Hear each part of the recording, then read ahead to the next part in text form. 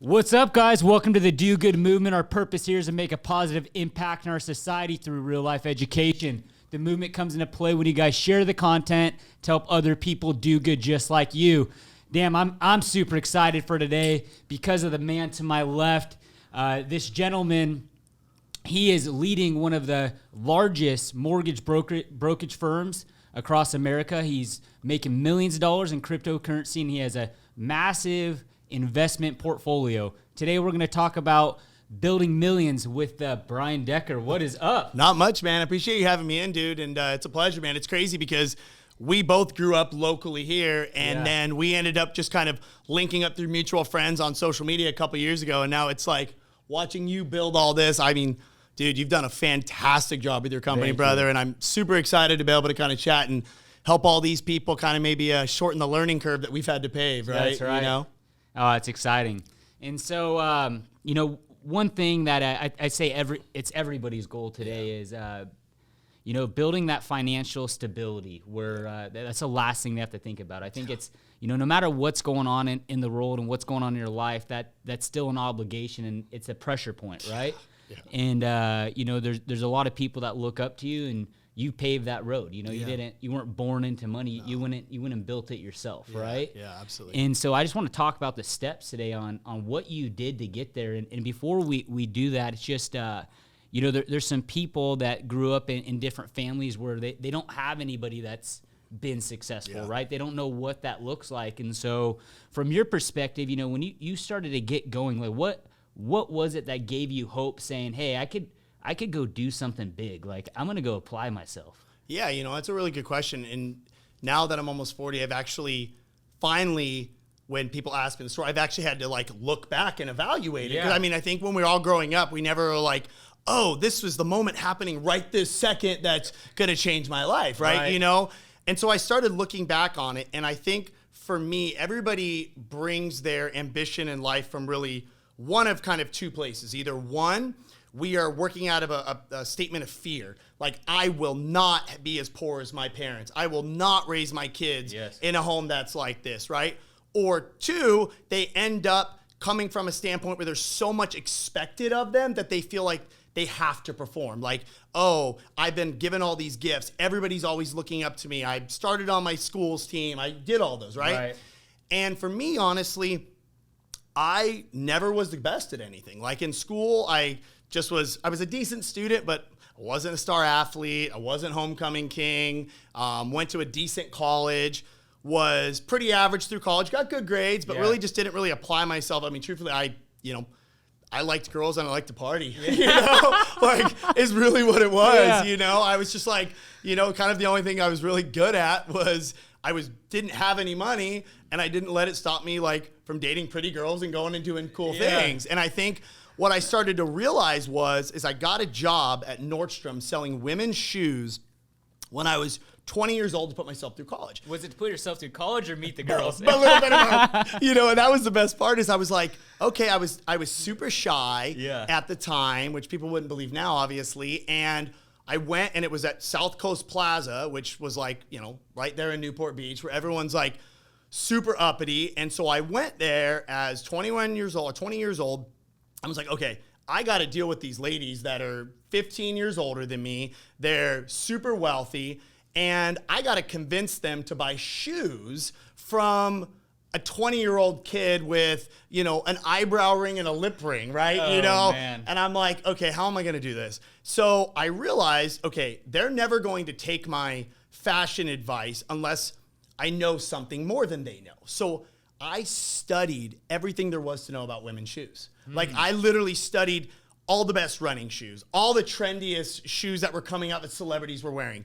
So I realized that the great equalizer could be education, right? That I may not wear women's shoes, but if I learned more than they knew, I could teach them about something, and immediately I could use that to overcome being shy. So I started working there, and I just ended up started killing it. I didn't realize, I started sitting down with these ladies, and if something really well, today, if somebody's going to come to you and talk to you about turf, there's not probably a man on the planet that knows more about turf. You're so confident in talking about that. But if I was going to sit down and be like, hey, teach me about, the best female high heels on the planet, Right. you would be like, it takes you out of character. Yeah. You're not confident and you're a different mindset. So is it like trial and error? Like Yeah. you're having the conversations with these people and they're like looking at you like, Yeah. dude, Or what are you everyone doing? thought I was gay. They'd be like, Yeah. bro, like they'd walk up, like my homies that would walk by that were there in shoes, they're like, bro, I see you with chicks. Like, what is this like? And I was like, no, dude. I was like, you guys have been doing this for so long. I know nothing about women's shoes except from girls. So I just started studying it and reading Yeah. magazines and like reading blogs. And so sure enough, like I was working 4 or 5 days a week. I ended up becoming like their top salesperson at Nordstrom's. And I realized, oh my gosh, like I was never good at sales because I was just more mathematically minded. And I realized that, wait, I can use education to sell. yeah, provide value. Provide value for these people. And so all of a sudden, all these women would tell their friends about, hey, you got to go check this guy. He knows all the hottest fashions, this and that. And I'd make the girls, I started making them compete with stuff. I'd be like, hey, you know what? I was like, okay, I got to tell you, we only got like 2 pairs of these in the back. Let me see if I have a 7.5. I probably don't, but if I do, seriously, we only got 10 in. Let me bring them out and give them try. So what are they setting? I'm already setting up that anticipatory, Right. oh, I got to get Yeah. these, right? And so long story short, I ended up putting myself through college doing that. And that was the first thing in my life that I was like the best at, right? And so I realized, okay, I was going to school to be an accountant and a CPA at the time. And I was like, okay, this is something for the very first time in my life. I am really good at this, right? You know, and my dad was a forklift driver. My mom stayed at home. My dad worked 2 jobs. We just lived blue collar here in Temecula. I had no wealthy family members, you know, and honestly, my brother, who's 4 years younger than me, perfect on his SATs, straight A's, was the golden child. Even my wife, when we first started dating, I was like, hey, my parents like my brother a lot more than me. And she was like, what are you talking about? I'm like, you walk dead center into my house, and my parents' house, they have a giant photo of us, and it's like all denim. We're all in denim, and it looks like I'm sharding in the photo. They literally did not even look at their son. My wife's like, you're just being exaggeratory. She walks in and pulls me aside and is like, they didn't even look at you in that photo. Yeah. And so for me, my sense of drive came from the fact that they think my brother is smarter and better than me. Right. And he's younger. So I am just going to never be as good as him. And then I found something that like I got confidence. So that, right? that lit a fire under you. And You it had lit a something to fire. prove, right? It lit a fire. And when that basically happened, I went, graduated school, graduated college, went and decided, you know what? I was working as an accountant and walked out on my first job. I got like a great job at a big accounting firm, Deloitte & Touche, which is a big firm at the time. Was there 6 weeks. My buddies that were college roommates were selling mortgages. Okay. And I was like, dude, these guys are idiots at math. Like, there's no way. And my buddy comes home. We're like, this is like 2004. Comes home.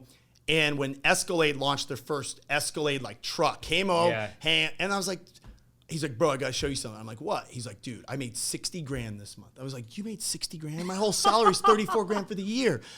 How is that possible? Yeah. He's like, check out what I did. And he put like 26-inch Lexani wheels and Lamborghini doors. And I was like, how much? He's like, oh, it cost my whole paycheck, bro. He's like, I got 30 grand after taxes. I leased the truck and put it all into the truck. And I was like, okay. If these dudes are making that, and I used to tutor them in basic math, so I ended up jumping in the mortgage game and literally was nothing for about 5 or 6 years. Just didn't apply myself. I'll be straight. Like I was enjoying life. I was, using a little bit of party drugs. I was having a good time. I was making like good money, but nowhere near the money. And basically, I was just surrounding myself with the wrong people. Right? Okay. We were all in our mid-20s. We were all going to Havasu. We were all like working 3 days a week, taking a 4-day weekend every weekend.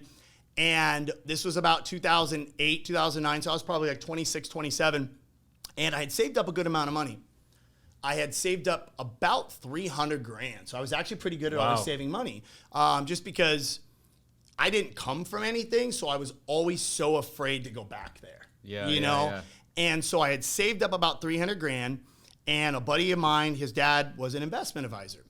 And he was like, hey, we went in, his dad's name was Daniel Kopp. And he was like, hey, my dad has a really good investment. It's foreign currency trading. You should look at doing it. I'm making about 15% of my money per year. And I was like, oh, shoot. And his dad and his dad's partner's name is John DeMar, drove Ferraris around, was always like the guy in Newport Beach where I wanted to be him. Right. For sure. Like, so your ears were perked up. Yeah. And so he came and met with me. This is what's going on right now, guys. Yeah. Exactly. The guy sitting here is the one driving the Ferraris and Lamborghini, so listen up to what he's saying. You know, but it's remembered because I looked at that and I'm like, I want to be him. But what he did that messed me up was, and I didn't know this, and this is something I tell everybody that's listening to this, in today's society, driving a fancy car is very easy to do. We all see that, exotic car hacks and all that kind of stuff. Right. But back in the mid-2000s, that was not the case. If you saw a dude in a Ferrari, like, that means he either paid cash for it, he balled out. You know, there wasn't like all these 20-year lease terms and all this stuff. So I sat down with him. Long story short, he convinced me, and I invested all my money with him. He had like 10 grand in my account, invested all my money with him. He ends up going ahead and invests it, and I start getting checks. And the checks on 300 grand, I'm getting like 9 grand a month. And I'm like, and he's like, dude, I'm killing it in foreign currency right now. And I'm like, oh, crap, this is legit. So I talked to my dad. I'm like, Dad, I'm getting these returns. Did he know much about it at the time? Or you just went off I knew trust? nothing. I knew nothing about it at all, other than he worked at a very reputable bank, ANZ Bank, which is Australian and New Zealand's bank. I knew that. And I knew it was foreign currency, and I didn't take an interest in it. I was like, oh, whatever. He's got it. He has all this money. He knows what he's doing. So long story short, I got my dad to pull out money out of his retirement account, like 150 grand, which was like 80% of my dad's net worth at the time. He put it in. 3 months, after 3 more months of getting checks, so I'd maybe gotten, I don't know, maybe 60 grand of the 300 that I had given. And then my dad had gotten like 2 checks of like, I don't know, 2 grand a pop. So my dad was happy. I get a phone call from my buddy, who's his dad, and he's like, hey, we can't get a hold of John. I'm like, what do you mean? He's like, we can't get a hold of him. Called the bank. They said he hasn't worked there in like 9 months. And we're like, what the heck? So long story short, he ended up basically running a Ponzi scheme. And it was on American Greed. If you look it up, and it was a guy named David Kopp and John DeMars that basically did it. And they ran a Ponzi scheme and took like $37 million from a bunch of people in Newport Beach. So I get a phone call, and basically not only is all my money gone, but then all my pop's money's gone. And so like I remember sitting down at my desk and here I was at like 27, probably making 25 grand a month. Yeah, cruising, you're just getting going, getting in a good spot, comfortable, exactly. Money, and I felt investing now for the first time, right? Well, you remember that first time where you had like that first sum of money where you were like, okay, things can go bad and I'll be okay for a while. sure. It's that comfort, and that comfort is what makes having money nice, right? You know, it's that little bit of a safety net. Just if things go bad, it allows me to be a little bit riskier. So like that, it was gone, and I was just remember sitting there, threw up in my trash can, and was like, oh my God, how am I going to tell my dad? Like I lost his retirement account. Like this is not going to be easy.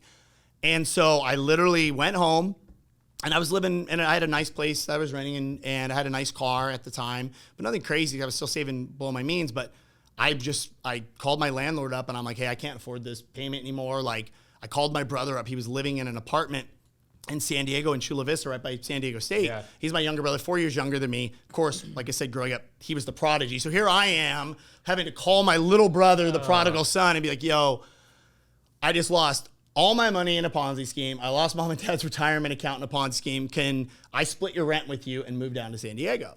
And I need to get away from all my friends. I had at least the intuition, and that's what I tell everybody. If you are stuck in your life right now, it's because of one of two things. Either one, you're surrounded by your circle of people who are pressuring you down, right? You're the sum of your 3 closest friends. You'll never be greater than, right? Or 2, you have no belief in yourself. So it's a confidence issue, right? So I knew at that point in time, like I had a decent amount of confidence, but I knew it was my friends, right? We were working 3 days, partying 4. Right. So moved down to San Diego, and I just vowed to myself, when you lose your parents' money, that's especially as a kid, but you know your parents aren't wealthy. Jacks you up. So I literally, for the next year, sat and I was like, okay, I got to figure this mortgage thing out. So I just worked 7 days a week. I didn't have a girlfriend. I did not party. I did not do anything for a year. I lived in this shitty, crappy little apartment in San Diego, by San Diego State in Chula Vista. And I went and I borrowed I had an American Express card. And I knew I was always decent at marketing, but I just never applied myself. So I was like, okay, it can't be this hard to do that. Let me it was before like email marketing really was at the time. So I was like, okay, I'm going to do these direct mailers. I kind of know what they need to say. I've seen enough of them. And if you guys ever want to know to be able to do something, one of the best secrets is R&D. I call it rip off and duplicate, man. Like somebody, like you don't need to reinvent something. So I was like, okay, this company's doing this mailer really well. Okay, let me see if I can improve on it. And maxed out my Amex card with $40,000 of direct mail on it. And was like, I was like, it started out 10 grand a month, 10 grand. Cause I was like, you know what, at this point, two things are gonna happen. One, I'm gonna go bankrupt, right? And if I go bankrupt, whatever, throw the Amex card in there. Or two, this is gonna work, you know? But I've already lost all my money in a Ponzi scheme. Bankruptcy is really not that big of a deal at this point, you know? Like, so I wanna, yeah, go ahead. I wanna bring something up when you're talking about that. So a lot of people struggle with like making the decision. Yeah. When you're put against the corner, you just got beat up a little bit. Yeah. Your tail's between your legs. Yep. And then saying there's a couple choices, right? Mm-hmm. You fall back and curl up and say, hey, the entrepreneur road's not for me, or trying new things is not for me. Yep. I'm just gonna go back to what I know and what people said, who I am and who I should be, right? Yep. Or fuck that. Yeah. I'm gonna go at this again. Yeah. I'm gonna keep trying, and I'm gonna go prove it. Yep. And you made the decision, is what it's sounding like right now, to say fuck that and drive straight through. Yeah. What was it like? What triggered and said, let me go do this? I think it's a great point, because I needed to be punished. Like, that's the way I viewed it in my life. Was I feel like people live in a society where there is no punishment and no sacrifice for mediocrity, right? Like, at the end of the day, if somebody's broke right now, like, if you're broke living paycheck to paycheck, why are you giving yourselves the luxury of going home and watching television, right? Like why? Good. Why are you doing that? Like, you don't deserve that. Like, me right now, like, I'm financially okay. I'm not where certain people are that I'm in circles with. And even I don't go home and spend 2 hours of my day. And I've earned it. And like, and so for me at that point, I have always had the mindset of like, I don't get that. Like, if I'm overweight, why am I going and getting to stop at McDonald's on the way home? Like I haven't earned that. And so I knew I lost my parents' money. I lost all my money in a Ponzi scheme. I don't deserve to just retreat. Like, that's the easy way, right? That's good. So for me, I said, no, you have to make a sacrifice. What's your sacrifice? I was going to yoga twice a week to meet chicks. Like, I would literally go to yoga. I picked up the schedule, and I was doing golf lessons and doing yoga classes 2 to 3 days a week at different times. And I was off work by 3 o'clock. I was coasting, right? And I lost all that. And so I was like, okay, you've enjoyed your kind of lackadaisical life. Yes. You now have to suffer consequences. And so I said to myself, you don't get a retreat. That's the easy path. You will never come back from that. There's decisions we will make in life where it's, whether that's you're in a marriage and you cheat on your wife, and there's decisions you will never come back from. Right. Stealing from a close friend, you'll never come back from that. I knew that was one of those moments in time that I would never come back from if I retreated, right? That's good. And I think that's where people have to, not enough people actually take that, right? They give themselves the easy way out. And I've always said, like, if you want to be mediocre, those are the easiest people to beat in life. For sure. Like, if you're going to beat me, you're going to literally have to outwork me. And I'm going to make it as hard as humanly possible, or I'm going to make it hard on myself. Yeah, that's good. And that's kind of the way I always looked at it. And so I punished myself and went and worked. And I'll remember that's June of 2009 is when I charged that Amex card. And I started charging, and this was like December of 2009. And I remember telling my mom and my dad, I'm like, yo, I am maxed out. I have like 40 grand, on my Amex card, because I only had, when I lost that money, I probably had 20 grand saved up still. So I was able to coast by and I wasn't, spending money. And I told my dad, though, I'm like, Dad, these mailers are working. They're working. Like, I'm taking a ton of phone calls. I'm taking a ton of applications. Dad, it's going to hit. It's going to hit. And I feel like I'm getting really, really close. And sure enough, in December of that year, because the sales cycle on a mortgage loan, from the time you talk to somebody to the time you fund them to the time you get paid, is like 60 to 90 days. Okay. And so December, and mind you, the greatest amount of money I'd ever made in my life at that point was like maybe 25 grand in a month, which is, was great in my early 20s and mid 20s. It was great. But that month in December, I remember I wrote like almost 40 loans that month, and I got my check, and it was like $187,000. And I remember thinking to myself, being like, holy shit. And I went home, and I had met a girl at that time, and we were kind of living together. She was still in college. It was perfect, and she didn't drink and didn't party. So it was like the perfect person. It was like perfect one I needed at the time.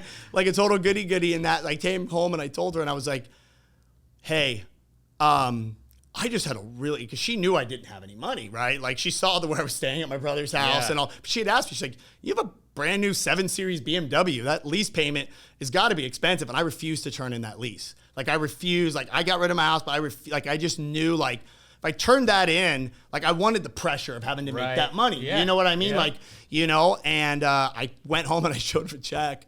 I was like, hey.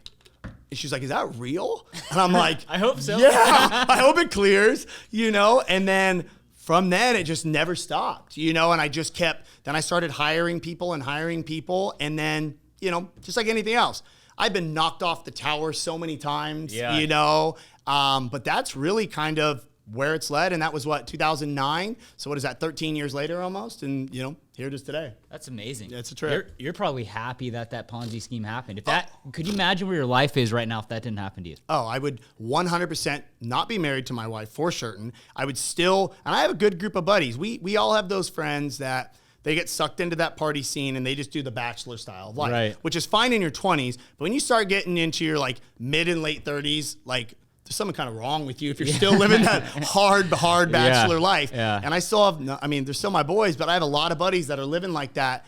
And I would have just stayed there, right? Like I'm the type of person that I don't need to get slapped on the hand. That's not going to really like change my direction. Right. I need to be like shot or shoved down. I need to be like really woken up. Yeah. And that was my wake up call. That's amazing. Yeah, I tell people all the time, and we've done past shows where it's just like, look, guys, some people listening today are going through the mud. Yeah. So that Ponzi scheme you went through where, the shit just got yanked from them and they're left with nothing right now. There's people listening today where they're going through that. Yeah. So I think it's really cool you walking through your story and showing what comes after if you stay in it, if you keep trying and not quitting, right? Yeah. And that's the hard part is, don't let anybody tell you that those days aren't horrible. True. Those days are horrible. Like, and just like anything else, like they've always said, like, in the stock market, you buy when there's blood in the streets, like when things are so bad,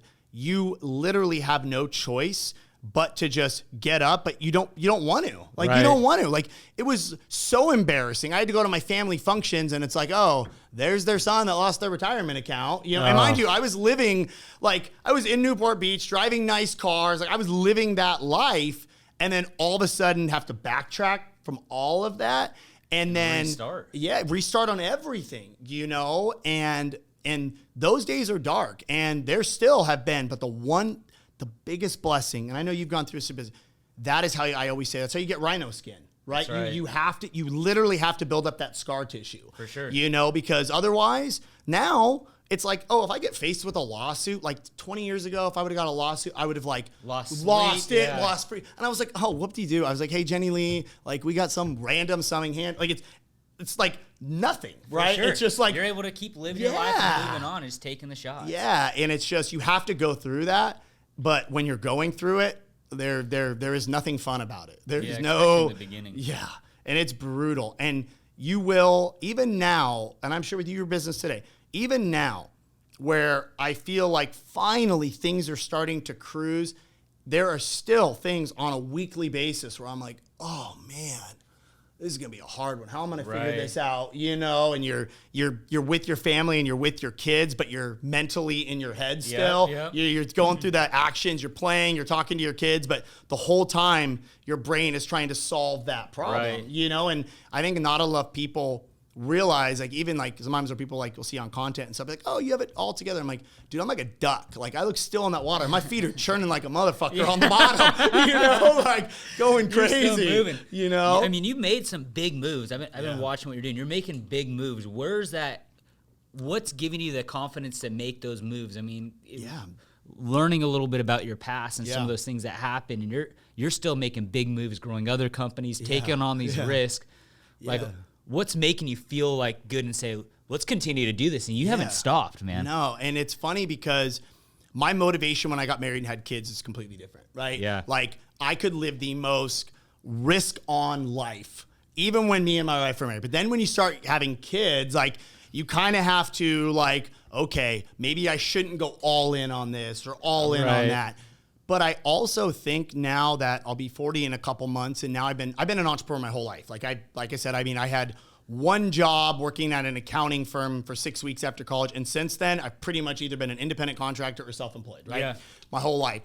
And I think now what ends up happening is I see the ability that if I am involved in a project or that a project gets presented and I know I can bring it true value, right? Okay. And somebody will bring something to me and be like, hey, Brian, we want you to do this, this, this, or this. And if I see, like, if I know that I can bring true value and make the whole circle better, I'm like, I got to take that, right? Like, you know, there is no, if somebody gave me $100 million today and put it in my bank account, I still wouldn't not get up at 4:45 in the morning. Yeah. You know what I mean? That's great. So where's that? I need to know where that is coming from, because you're financially set. You have a great family. Yep.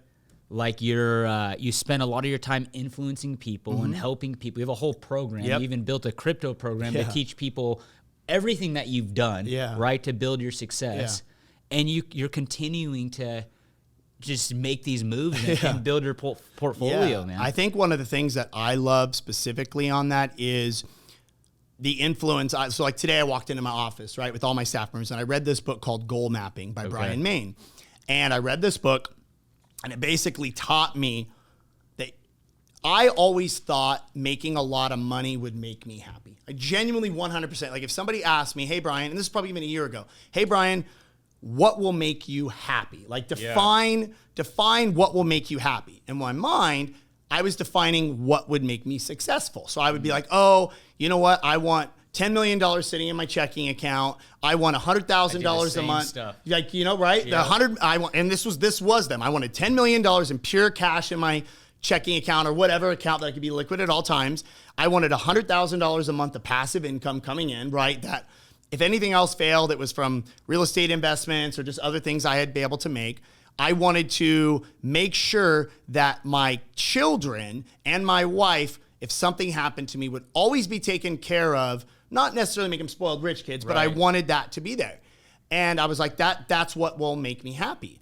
And then I read this book, and it really hit me home. And it says, hey, people in today's society, we think like there's a little bit of luck that'll make us successful, and we think we can like kind of plan our success.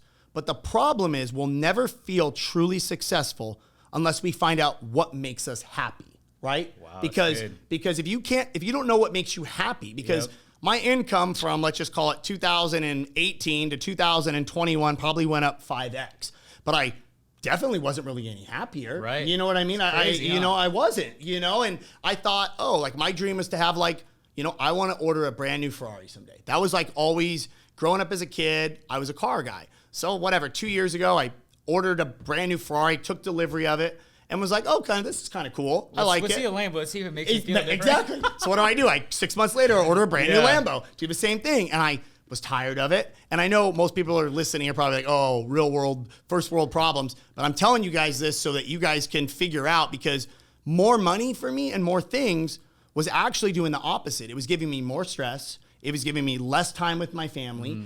And so I actually have to plan my happiness. Like I had to write down the structure of how I would be happy. Wow. So for me, I broke it down, and what would make me happy is relationship with my wife and kids, right? Like that. Number two, a lot of people always thought, Brian, you do content because, maybe you're just like, you're arrogant or you like to see people. That's what we all think when we see celebrities like, oh, he just wants a bunch of people to like. And I realized that I get the greatest joy in life of teaching people. For sure. When I can watch, whether it comes from teaching my son to ride a bike, or it teaches and watches a loan officer that started from me and was making $60,000 a year and he's ripping $300,000 a year. That increase in his Forex pay makes me so much more content and happy than a Forex in my own pay. It's crazy, right? You know what I mean? And then I knew the other thing, so I love that. And then the third part is I wanted to live a life of abundance. I want to be able to, within reason, if I go somewhere, I'm like, oh, you know what? My wife and I are going to Miami. So if I want to go and blow $3,000 on a nice dinner for us and enjoy something else, I want to be able to do that whenever I want and experience it, right? Yeah. Experience it. So I knew that my style of happiness was, for me, was abundance, being able to enjoy things, being able to teach people, and then lastly, spending and focusing on relationships. So the mortgage company and my mortgage business wasn't the route for that, right? Like, it's fine, but if I sell a mortgage company, I get a multiple of 1.5 times my EBITDA. That's nothing. That means if I work 1.5 years of my annual salary, that's all I will get for selling a company I've spent for 15 years. It's nothing. No. So what I had to do is I said, okay, I had to change my path. Nothing wrong with my golden goose. Like, don't let go of your golden goose. But I had to shift into industries and focus on what will bring me happiness. So why did I launch Crypto Charge when I have all this stuff? Because what makes me happy is teaching people financial freedom somebody else can enjoy that. And why do I do a bunch of like Airbnb and real estate stuff? Because that is going to give me passive income that I can focus more of time on my relationships and still get a life of abundance. For sure. In the teaching and all those different things you do, that takes more, that probably costs you more money and time than anything, right? You could go spend, I see the content you put out and all the stuff you put on social media and the videos and stuff. I mean, you're spending a lot of time. Oh yeah, I'll spend 20 grand a month probably doing that. And I'm not charging anybody on it. And then your time, right? Yeah. You're probably spending at least 10 hours plus a week, right? So I write content for an hour and a half every day. So I write content when I'm running on the treadmill for like 35 or 40 minutes something. I'll write content there. Then my whole drive home and to and from work, I'm doing talk to text on my notes, writing all my content out. Then I do a 4-hour mastermind with my content guy every week. And then I shoot for 4 hours every week on top of that. And then I do your stories and everything else on it. But you know why? Is because I'll get literally so many DMs or comments, or people will, I had a lady call me this week and I helped her like 2 years ago. Her name's Nancy Bolin. She was making $150,000 a year at a W-2 job, and which is good money. She had about 600 grand in a brokerage account, and she was like, hey, I watch your videos on Instagram and I watch your stuff. I need you to help me build some passive income because I don't have it. So long story short, I helped her pull money out of her brokerage account, get her to qualify. We bought 4 rental properties in 2 of them in Georgia, 2 of them in LA, and we bought another duplex. And we pulled that $600,000 out of her brokerage account. We took it down to like 200 grand, put down payments on everything, plus some money she had in savings. She literally reached out to me this week and was like, hey, Brian, I just want to let you know, I retired 2 years early. Brian, you helped me buy like whatever, 1.8 in real estate with $400,000 or $500,000 with everything. Brian, that 1.8 in real estate is worth $4.2 million now. Amazing. So you helped me make $2 million in equity. I'm now cash flowing all, so I got to retire 2 years early. I just want to let you know people are listening. And like, I was just like, holy shit. Like you aim for that, you know, but you don't really think people are actually like listening, right? You know what I mean? Yeah. Like, because you don't want to do it. You're doing it because of your heart. And that's what I wanted to bring up is you're not getting paid $2 to do that. That's not where your net worth's coming from. You're doing it because you like to help people and what you learned. And I mean, even just listen to Brian's story. This is the first time I've heard a lot of this. And and I think other people are going through it, and it's just like, look, this is a way through. You know, that's amazing, man. Yeah, I appreciate that. Thank you for that. Yeah, no worries. And I think that's where you have to realize is everybody does it. It's like when you started this, right? Like I guarantee you, if I was going to say, Dylan, what is probably the most memorable things that have happened to you over the last 12 months? It's probably one, obviously, something to do with the relationship with your wife and your children. You just had a new little girl. But I guarantee you, it's not the growth of your company, which is obviously for your age, fast growing company at your age of anybody I've ever met in my life. Thank you. It's the charity stuff that you do. That's right. It's the donating and helping out all those conversations and somebody that's struggling and sitting down talking to them, inside or outside of our company, right? And then being able just to coach them and different things like that. And you could just see the light bulb just start clicking in people and then seeing that change. And it's addicting. Yeah. Right? It's just like, I didn't start listening to content really until 3 years ago. Yeah. Is when I started listening to podcasts and reading books, and I was doing okay. I I was learning everything, but everything I learned had to go through trial and error. I had to get punched in the face, fall down, and be like, holy crap, that sucked. And I'm like 7 years into this with every dollar, you know, and I'm just like, man, when's this going to stop, you know? And then I started listening to different podcasts and reading books, and it supercharged. Like this lady you're talking about, literally my net worth just took off. And so I'm like, holy shit, this literally changed my life. Like I owe these people everything. And when you hear from people like you and different things like that are teaching people, well, now it's time to pay it back. So when you're learning, how we got to where we are today is not necessarily because we're smart and all those different things. There's been a lot of people along the way and stuff we listen to help us get there. And too, what you'll learn, I know with me, I learn something so much in a different way if I have to teach it, right? So like if I'm going to go and teach, like if I have to teach, so because I have to produce so much content, I'm always having to force myself to learn new things, because now once you it's like the greatest like pressure you can feel is once you start putting all this content out there and people start engaging your content, you're like, oh, I just can't stop this. Right? So I got to keep learning new things, right? Because it's not like in our minds we have an ever-lending supply of like stuff we know, right? We have to constantly learn new things, apply them in our lives. And when I have to learn something, like if I'm going to learn, like for example, like say Airbnbs, I do a bunch of Airbnb stuff. To do that, and I was like, okay, people kept asking me about Airbnbs. I'm like, okay, I'm going to learn everything there is to know about Airbnbs. And the way I had to learn it, knowing I got to then come on camera and teach it as an expert, totally different style of having to learn it versus if I'm just going to read a book. You know what I mean? And so I love that aspect of teaching, because the retention of that information, because that's what I tell people all the time. Everybody has a different way that they learn. Some people learn really well reading books, right? Other people learn really well like listening to audio things. Other people look really well watching video and incorporating it. If you really want to learn it, you got it. You pick whatever media and you learn best, and then you teach somebody on it, because then you actually have to vocally distribute it or write it down. Dude, your retention rate on your memory is like 2 or 3x. You do a lot of the hard work, dude. And so like you brought up something I'm thinking as you're talking. You're talking about Nordstrom's, right? And you're having to sell women's shoes. You know nothing about it. So, you know, a lot of people, they'll ask somebody, right? They're not going to go do research. You did research on it. You became successful. Mortgage, did research, became successful. Airbnb, did research, became successful. Crypto, tons of research, right? You put your head deep into it, knew nothing about it. Nobody taught you. Next year, right? You're making millions of dollars off of it. So that's key. That's one key thing I took away from this is like, if you really want to do something and make something happen, the information's out there. You just got to go research it and learn every single piece of it. And then now you're an expert in that field. And we don't realize the fortunate time we live in, where on our mobile phone, I can learn anything.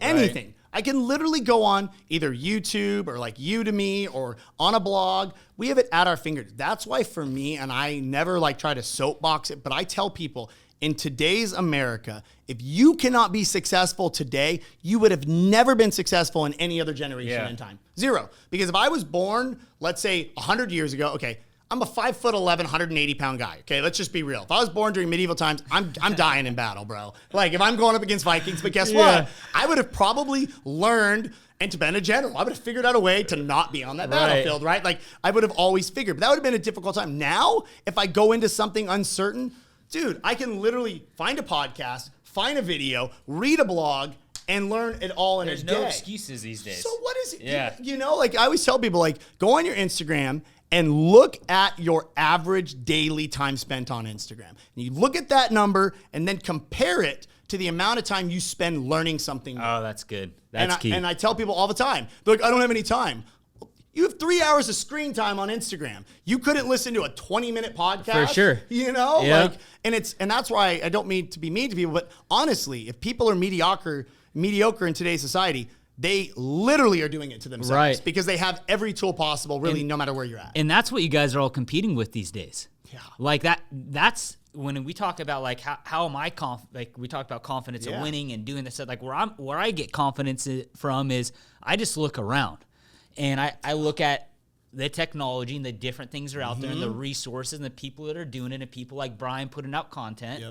And then people just, you know, some people look at it and some people scroll past it, and then Yep. they're like, man, why am I here? Yeah. I can't be successful. Why I can't be like Brian? I wasn't gifted like Brian. Yeah. It's like, no. You just have to apply yourself. Yeah. And it's pretty easy, guys. I hate to say that word, but it is pretty easy because there's not a whole lot of competition out there doing this. No. You know, there's people that are just hoping that it's going to show up. It's just like, go do the research. Put yourself in something, apply yourself, and you're already 99% better than everybody else here in America. 100%. And I think for me, when I started, because I'm sure like you, like before you actually were doing research, you're like in your day, you're like, where am I going to fit time to study? Right? Yeah. Like, how am I going to learn this? I already have a busy day. I work. I had kids at the time before I really started. So I was probably about 4 or 5 years ago. I really went like you, studying books, studying everything, like anything I could get my hands on about 5 years ago. And I was like, where am I going to fit this? And all I did was I just stopped listening to the radio. I no longer Right. listen to the radio. So that way, at least in the car, I could listen to podcasts, There you right? go. And that was cool, instantaneous for me, because I get it when people get home, you have your family time, people get tired, but everybody for the most part drives in their car and you make the choice, radio, nonsense phone calls you're going to make that don't really matter, chatting to random friends about nonsense, or you're going to listen to a podcast. And I'll tell you what, if you aren't on that podcast train full bore, dude, that's what changed it for me. For sure. Yeah, same here. That's huge. The other thing, Brian, you have this like contagious energy. I'm sure everybody watching is like, holy shit, That's awesome. You talked about you used to not be like that, right? Where did that come from? Is that from this excitement in your life? Did you have to build that? Did you read about it? Like what? Like where's this coming from? I think for me, like as a kid, I had ADD really bad. Right? Okay. Like I was an ADD kid, so I had a hard time paying attention to things. And you're able to research. I'm with out that? of research shit now without even Adderall. This is kind of like before the Adderall was even around. And so I think for me, I was quieter because I wasn't confident. Right. Like it's funny because like I'm super energetic, but if like you made me go and sit, in a room with a bunch of contractors learning about turf, I wouldn't be like this. Yeah. Right? I'd be very quiet. I'd be an active listener. And I think that's where it's about reading the room. Right. So for me, I read the room. If I'm in an environment where I can bring value or bring excitement to people, I'll be that.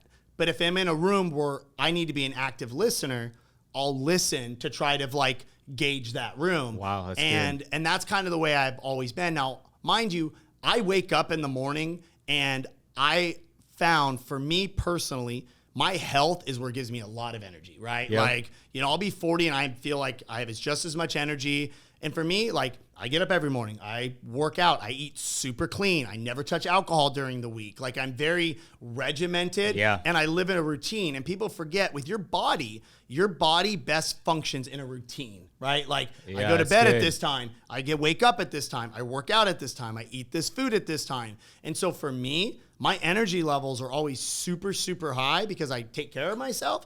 And two, I feel like I've come into my own. Right. Yeah. You know what I mean? Like, and I think we're all, we have our, like my son. Yeah. You know your purpose and all that stuff and you're feeling good. You're in the zone, man. Yeah. And it's like, and that's where people have. And if you don't have that energy, it's either one, health related, or two, you haven't found your zone yet. Right. Because when you find your zone and you're in that, and I always tell like, even the shyest people I know, if you put their best girlfriend or their best dude friend together in a room, they are a 100% different person because they're comfortable, they're excited, it's familiar, they're in their lane, right? It's just most of us, we can only be in our lane in very small groups of people. Like you have learned that because you have to be so many places, do so many things, you've learned that you have the same confidence if you're on this podcast with me, which we don't rehearse this before time, or if you got to do a board meeting with your executives, or if you're going to go out and hang out with your buddies in the desert. Right. You know what I mean? Yeah. Your energy level is the same. Exactly. Right? And I think that's what people have to figure that out. And you take care of yourself, which is huge. Yeah, no, that's key. I mean, the exercise is huge. It starts off the day. It gets you there. It's uncomfortable. It's that hard thing. You accomplish it, and you're like, let's go. Yeah, because you get it. It's like that, like, I always say, it's those micro habits, right? Like you have that thing in the morning, you get it out of the day. You like check off those boxes. And people that like, I even know for me, like if I wake up and I'm sick or not feeling good, I'm like, I'm not going to the gym today. The rest of my day, I feel sick, right? Like I quit on the day. And I've always looked at it like, and I've always explained it best to my wife because she couldn't understand so many times. Like, babe, just sleep in today. Right. Just sleep in today. Why are you up this early? And I had to explain to her that like, it's a cancer. And like, I physically like feel it. Like if I sleep in and I don't get up at 4:30, I feel like you're wasting like life. wasting life, and cancer's like eating at me Yep. inside. And once I let it in, it like spreads, and I feel like it's gonna ruin all my routines that I've worked so hard. Because You fall out of routine, Yeah. dude. It's bad. I was telling you earlier, I was sick for a while, and so I was away from the gym, but I still exercise every day. So I was doing like Peloton Yep. stuff, but I was probably at 20%, you know? Yeah. So to get back, I mean, I've been in the gym a couple times, and it's to get back to that 100%. I mean, that's a few week process to get the body there, you know? And it's just that littlest fall out of routine. And that's why it's like, for me, I have to like, it's like my maintaining homeostasis. It's just my Yeah. homeostasis is a little bit wild for some people. I'm sure like yours, because you get up early, you're Yeah. never stopped, but there's only so much time in the day, and we just got to utilize every minute of it, you Yeah. know? And I'm sure you've learned to say no. Like that was the hardest thing I had to learn For to sure. do, is to say no. Like, hey man, do you want to go do that? Oh bro, I'd love to do happy hour with you, but I can't, bro. I Right. just can't. Like as much as I would love to do that, It's going I to wreck can't. my It's tomorrow, gonna my wreck routine, what I'm my doing, what I'm routine, building, and all that stuff. you know? And I had the hardest time, because I think I know you grew up around here, and Yeah. one of the hardest things probably for you in your mind is to never lose how the people closest to That's you right. viewed you, even though your wealth was rising beyond them. For sure. You never want somebody to come to you. Like the worst thing that somebody could ever say to me is like, Brian, you've changed, man. You're not the Yep. same dude I liked. Like you let Yeah, this money got get to you. Yeah. Exactly. Yeah. You know, it's that deep rooted fear that we all have. And so I would always find myself saying yes to things for that. But then what was end up happening is I was like becoming a people pleaser. So like I actually started going to counseling on it, because for me, I needed to figure out that was my greatest fear in like life, was that Right. my closest friends would tell me, Brian, you changed, the money got to you. And you're just like, all the things that I do about doing things to take care of people and care, like I failed, Oh, right? yeah. You know, I mean, I'm sure And that's you're just trying to learn and Yeah. build stuff and help and all those other things. yeah, and it just goes. I mean, I'm sure to you, like that's probably one of the most hurtful things somebody could say to you. Oh, for right? sure. Big time. Definitely, 100%. Yeah. So I knew for me, so I just had to learn. Okay, you know what? So now if I have to say no, like somebody's like, hey Brian, will you come and do a happy hour? I'd be like, hey man, I really seriously appreciate you, inviting me on that. I would love to go, man. I just can't do that tonight. But seriously, man, I really appreciate it. And oh man, it's so cool. Like the delivery of it was just like and I was being sincere the other times, but when I delivered it that way and like thanked them and said no, it was totally cool. Yep. And they were so I was like, oh my God, they're not going to think that because I Yeah. can't go to their birthday party because the next day I'm traveling for a conference here. They're not going to think I changed and I'm letting money get to me. Right. It's how I related to them and not changing my relationship, not the fact of me just having to say yes to everything all the time. Yeah, You it's know what so I mean? good. That's so good. It's a trip. So Brian, with everybody listening right now, and with your background and where you came from and, Yep. and what you built, and there's so much good content in here. So if you guys are listening, you're probably gonna want to repeat this, go back, take some notes, listen to it a couple times. I mean, this guy has built an empire. If what's your Instagram handle? So, they can So look it's you up? the Brian Decker, and that's Brian with an I. So the Brian Decker, and it's just like Black and Decker. Yeah, it's amazing. And with everything we talked about it, if somebody's like, what's the first step? Like, what's one thing? If I take one thing from everything I heard, what would that be? What would you leave me with? I would say if there's one thing that you can do, the greatest gift, and you will never be successful without this, is you have got to invest in educating yourself. You have to. I don't care what it is, find something. And I know there's so many things out there. Pick one thing. So if you look to yourself today and you're like, okay, man, I'm not financially where I need to be. Okay. That's one of two areas. Either one, your income is not at a level what's allowing you to be financially free, or two, you can't tell yourself no, and so you keep saying yes and you piled up too much credit card debt. And no matter how rich somebody is, if you can't create the disparity between your income and your debt, you're always going to be poor. I have friends that literally, I'm sure you do, I have friends that make $3-4 million a year and they have a couple $100,000 saved to their name, which is like somebody having 1 week of pay, right? God. And they're poor on it because even though they learn to make a lot of money, they never learn to control their debt. So I think you need to have that conversation with yourself and saying, is it an income problem or is it a debt problem? And if it's an income problem, then you need to figure out a skill set and to get the confidence and start listening to content that will help you create a skill, because that's where you're going to have to start and stick to that, man. People like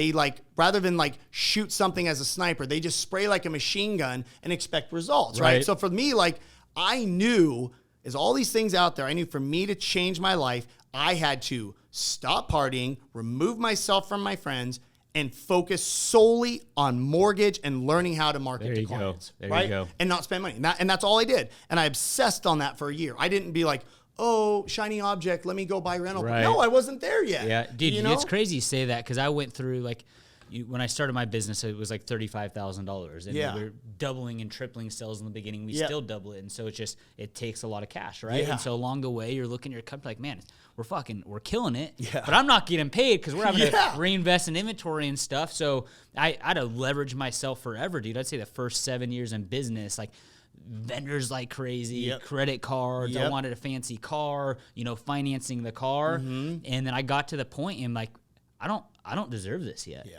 And so I sold a bunch of my shit, and if I can't write a check for it, I won't own it. Yep. I'm not there yet. Yep. And that's how I live my life. I mean, I know there's investments and different things you could do, but I'm like, dude, I don't want that. No. I want to be able just to say, hey, if that's in my garage, if I have that, I worked my ass for it, it's paid for, I don't have to worry about crap. Yeah, because you don't feel like you deserve it. Like, and that's the same thing with like, I've always said that everybody's like, oh, when did you know you could buy like supercars?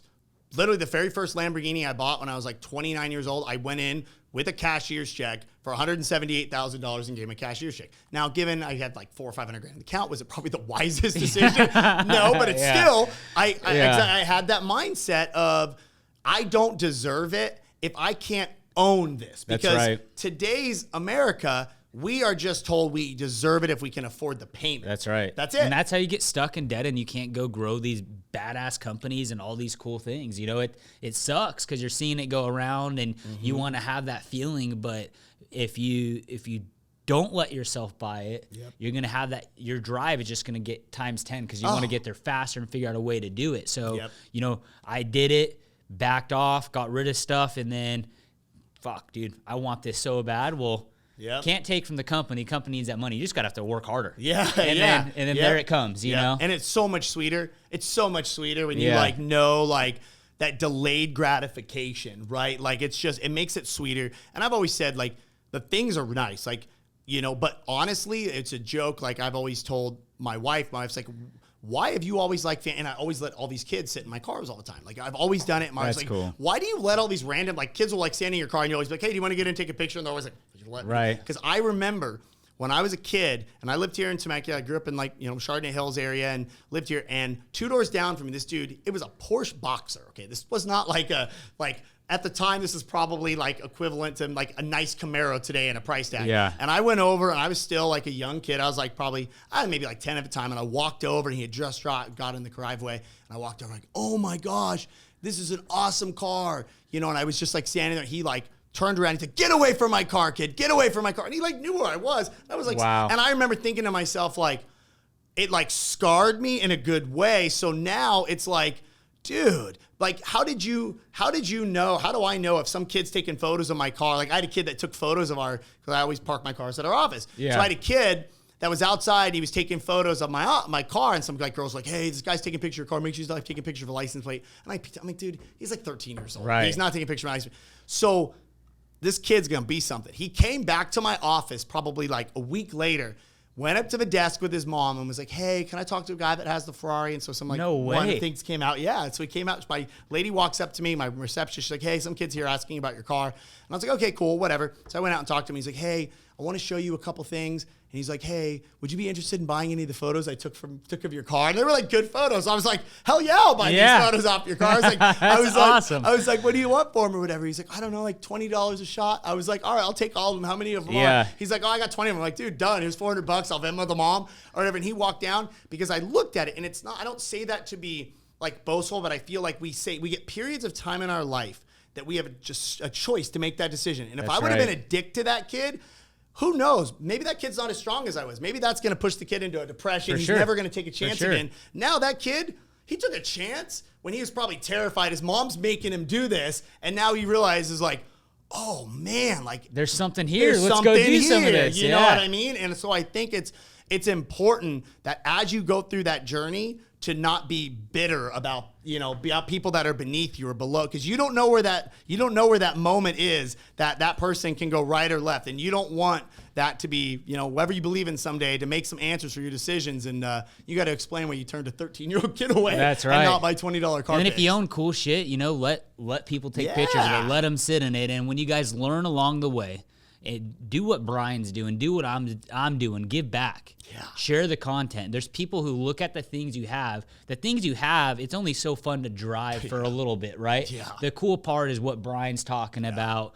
that stuff that happens. And so if you guys have an asset, if you guys have built wealth, if you guys have built any type of success that people envy you for, it's your responsibility now 100%. To go show them how to go get there. Yep, 100%. And that is your responsibility. And it's like, especially too, or even if it's not an asset, it's your time. If you have somebody that comes up to you and you're a contract, you've been doing it 20 years, and you have that new guy that comes on your job, right? It's like, hey man, can you show you do this? Most people are like, dude, just figure it out, kid. No, you know what, man? How much would it have meant to you if you had somebody, you walked up and somebody took the time and showed you something that could change your thing? Like, That's you know right. what? Like, pay it forward, guys. That I'm telling you, that mindset shift of a life of abundance, it is the biggest shift ever I took in life, where I decided where the happiness comes from. Yeah, man, it's huge. That's so cool, man. Yeah, for sure, brother. Well, I appreciate today, man. No, that was absolutely, awesome. man. Thank you so much No, for coming sure, on. brother. Absolutely, man. Thanks for having me on, guys. And like I said, check out my Instagram. It's at the Brian Decker. I always drop content, and